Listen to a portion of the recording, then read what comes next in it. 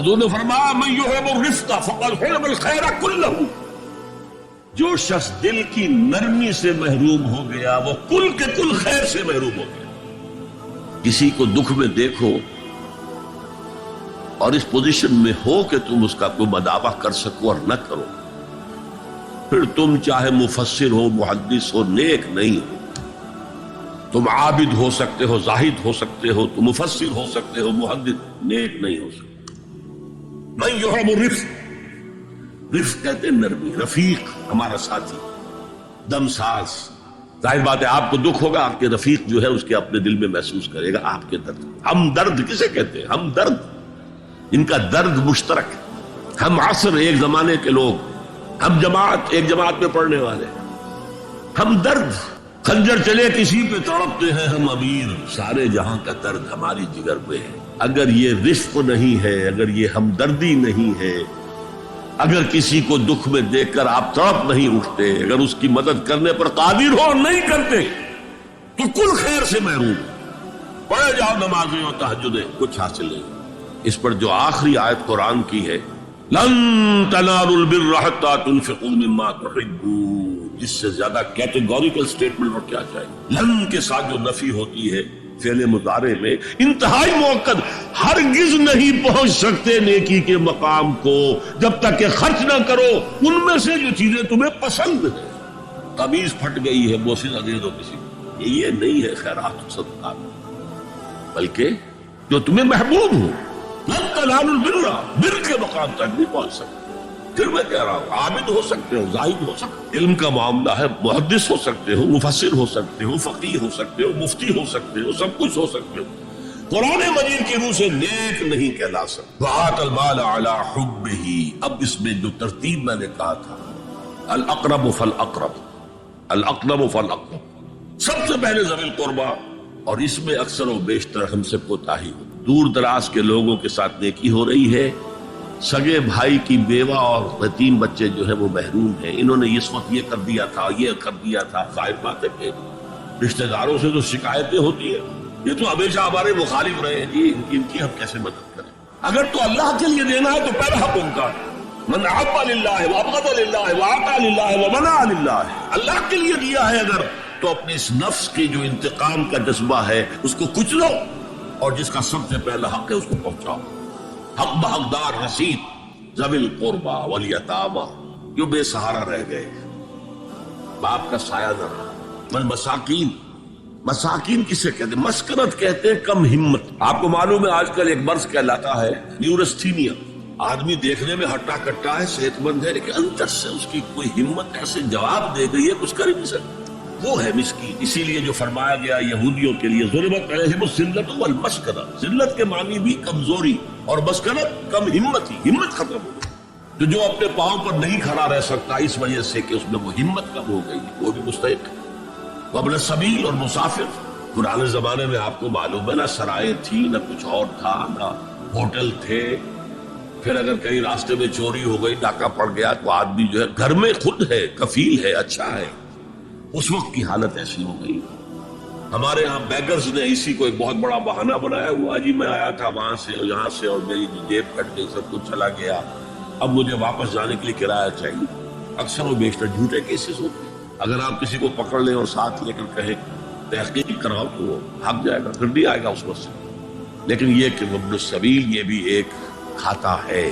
وسائلین، یہ ذرا تفصیل طلب معاملہ ہے۔ اسلام کی تعلیم بڑی متوازن ہے۔ ایک طرف سوال کی مذمت ہے، مت اپنا دستے سوال دراز کرو کسی کے سامنے۔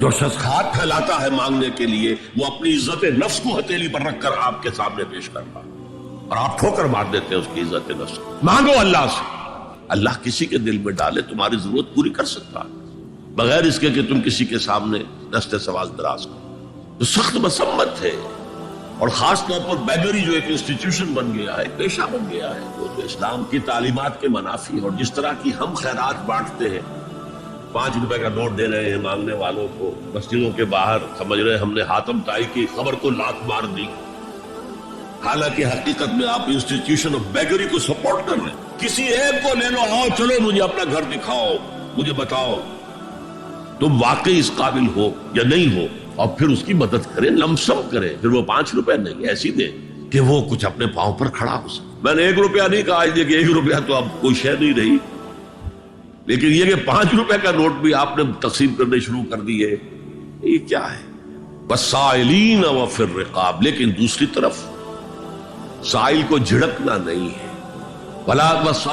اما السائل فلا تنہر، جھڑکو نہیں. اچھا بھائی نہیں، معاف کرو، میرے پاس اس وقت آپ کی مدد کے لیے کچھ نہیں، میں کچھ نہیں کر سکتا. تو ان دونوں کے درمیان اصل میں معاملہ ہونا چاہیے. بلکہ یہاں تک بھی فرمایا سائل کو ضرور دو، چاہے وہ گھوڑے پر سوار ہو کر تمہارے دروازے پہ آیا. کیا پتا اس کی واقعی الجھن کیا ہے. تو سوال کی مذمت اور سائل کو جھڑکنے کی ممانعت. حتی الامکان خالی ہاتھ نہ لوٹاؤ. اس نے اپنی عزت نفس اپنی ہتھیلی پر رکھ کر تمہاری سامنے پیش کر دیا، اسے ٹھوکر نہ مارو. لیکن جیسا کہ میں نے عرض کیا، یہ انسٹیٹیوشن آف بیگری جو ہے یہ ایک علیحدہ شے ہے، بالکل اس کا اس سے کوئی تعلق نہ سمجھے.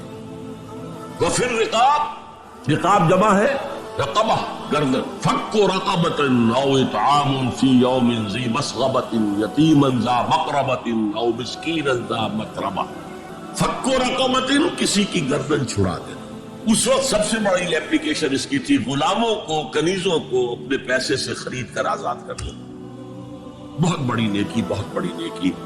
اور حضرت ابو بکر رضی اللہ تعالیٰ عنہ کے دفتر فضائل میں سب سے اونچا کام یہ ہے کہ جن غلاموں کو اور جن کنیزوں کو ستایا جا رہا تھا، their owners, their masters، ان کے آقا کو حق حاصل تھا، جو چاہے کرے ان کے ساتھ، قتل کر دے، کوئی پوچھنے والا نہیں. میں پہلے بھی عرض کر چکا ہوں، میری ملکیت ہے، جیسے میری بکری میری ملکیت ہے، میں نے اس کو ذبح کیا، گوشت کھا لیا، تم کون ہوتے ہو پوچھنے والے؟ میرا غلام تھا، میں نے قتل کر دیا، تم کون ہو پوچھنے والے؟